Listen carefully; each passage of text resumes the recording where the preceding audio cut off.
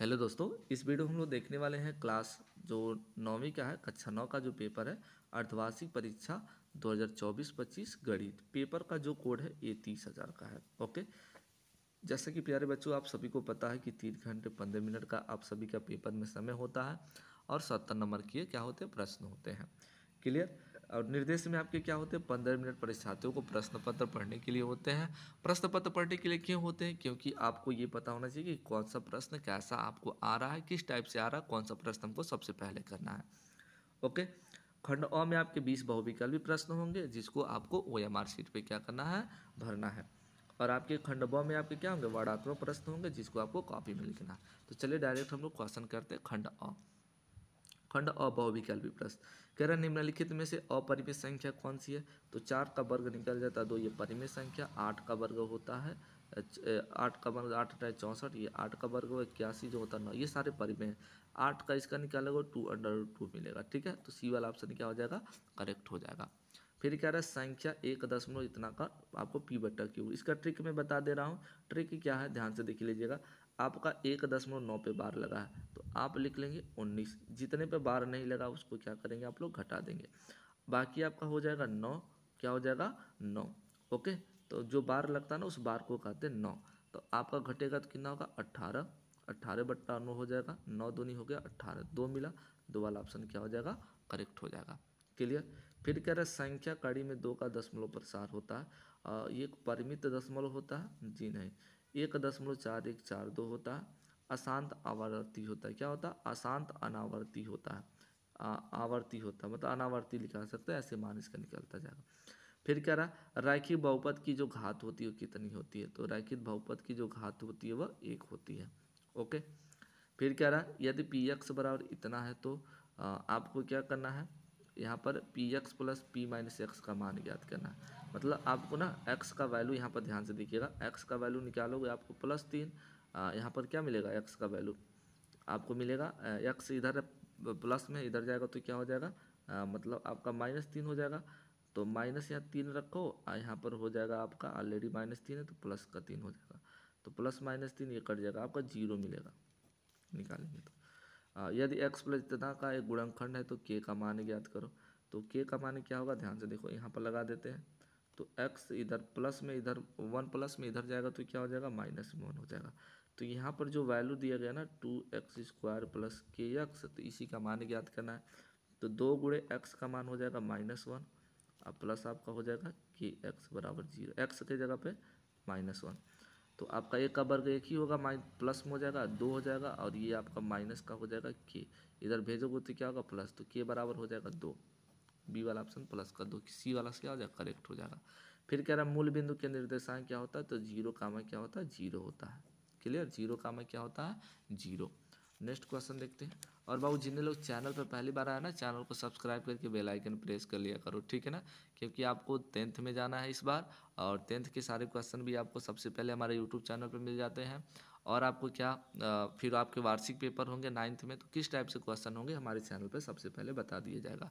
तो आप लोग वीडियो में शुरू से अंत तक बने रहिए और वीडियो को भी देखते रहिए अच्छे से, और अपने दोस्तों के साथ भी शेयर कर दिया करिए। चैनल को सब्सक्राइब करने में कोई पैसा नहीं लगता, बस वीडियो को देखते देखते रहिए, रेड वाला बटन दबा के बेल आइकन प्रेस कर दीजिए, बस हो गया आपका। कह रहे बिंदु 4, -5, इस -5 किस चतुर्थांश में। तो पहला आपका प्लस प्लस होता है, दूसरा आपका माइनस प्लस होता है, तीसरा आपका माइनस माइनस होता है, चौथा आपका प्लस माइनस होता है। ठीक है, तो प्लस माइनस किस चतुर्थांश में है, देखिए चतुर्थ चतुर्थांश में। तो डी वाला ऑप्शन क्या हो जाएगा, करेक्ट हो जाएगा। फिर कह रहे किसी बिंदु के निर्देशांक होते हैं। तो निर्देशांकों को हम लोग क्या कहते हैं, भुज कोटि कहते हैं। क्या कहते हैं, भुज और कोटि कहते हैं। ओके। कह रहे दो चरों वाले रैखिक समीकरण के हल होते हैं। कितने होते हैं, अपरिमित रूप से अनेक हल होते हैं। क्या होते हैं, अपरिमित रूप से अनेक हल होते हैं। कह रहे यदि बिंदु इतना तो के का मान ज्ञात करो। देखो के का मान क्या होगा, जैसे इसको x कह लेंगे, इसको y कह लेंगे, मतलब x के जगह पे 2 और y की जगह पे आप क्या रखेंगे, 0 रखेंगे। तो 2 × x के जगह पे 2 हो गया, 3 × हो गया, y की जगह पे 0, इसका मान 0, 2 दूनी 4 हो जाएगा। तो के का मान कितना हो जाएगा, 4 हो जाएगा। कह रहा बिंदु a, -1 सदैव स्थिर होगा। तो किस पर स्थिर होगा, ध्यान से देखिएगा। तो ये आपका जो होगा ना, कमेंट बॉक्स में बता दीजिएगा। कह रहा कौन सी मौलिक संकल्पना नहीं है। तो कौन सी मौलिक संकल्पना नहीं है, इसको देख के बताएंगे आप लोग। यूक्लिड की जो प्रसिद्ध कृति है एलिमेंटस में कितने अध्याय हैं? कितने अध्याय हैं? आप लोग पढ़े होंगे तो आपको पता होगा। पाइथागोरस एक विद्यार्थी था, कहाँ का था आपका? यूक्लिड का था। ये कहाँ का था बताएंगे। 150 का संपूरक कोण क्या होगा बताइए। 150 अंश का संपूरक कोण क्या होगा ये बताना आपको। संपूरक दो कोणों का योग जो क्या होता है 180 अंश होता है कि कितना होता है? जोड़ दो 30 हो जाएगा। एक तिर्यक रेखा जो समांतर रेखाओं को काटती है एकांतर अंतःकोण क्या होता है? पूरक। ठीक है। समकोण त्रिभुज में एक कोण सदैव कितने अंश का होता है? 60 अंश। समकोण त्रिभुज है, सॉरी, आपका 90 अंश का होता है। कितने का होता है? 90 अंश का। कर सर्वांशम की कसौटी नहीं है। कौन नहीं है? Side side angle, angle side angle होता है। Angle side angle, side angle side, side side angle नहीं होता।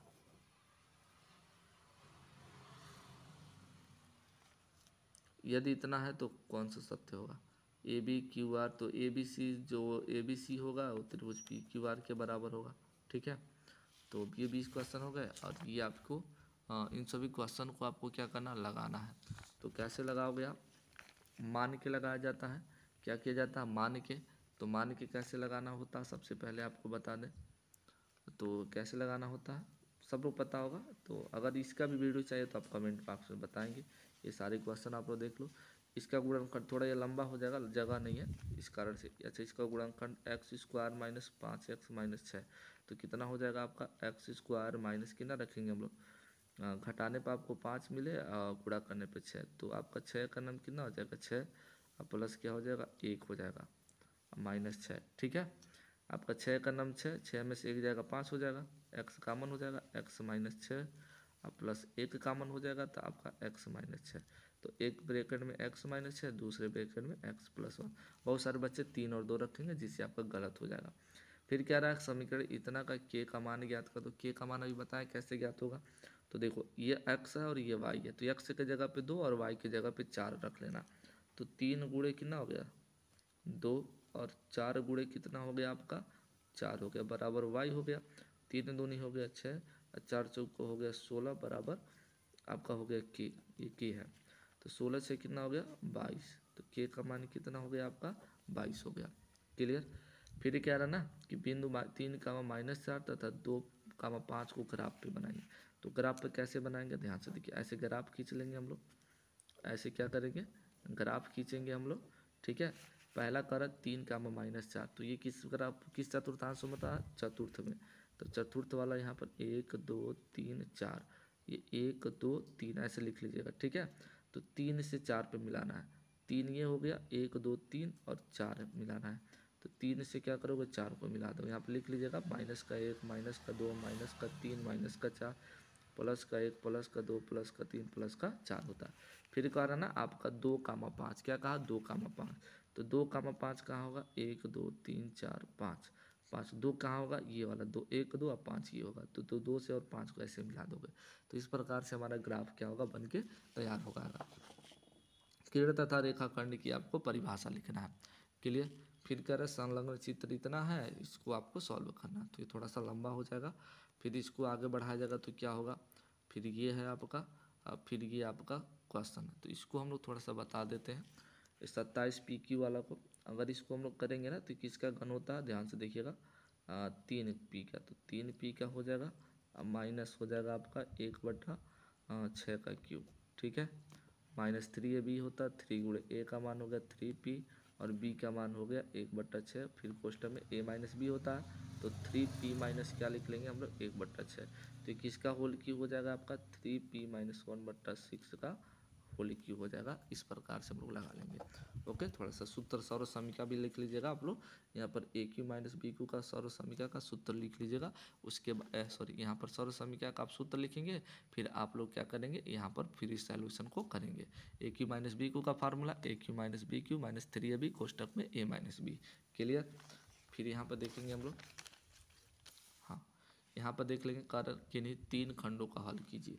तो इसका हल करेंगे तो कितना होगा? 64 का घन करेंगे तो कितना होगा? 4। 4 को ऐसे लिख सकते हैं 4 पे 64 को 4 चौको 16, 16 चौको 64 और 2/3 ऑलरेडी है, 2/3 हो जाएगा। 3 से 3 कट गया, 4 पे बचा 2, तो 4 पे पावर 2 को हम लोग क्या करें, 4 चौको 16, इसका आंसर कितना हो जाएगा, 16 हो जाएगा।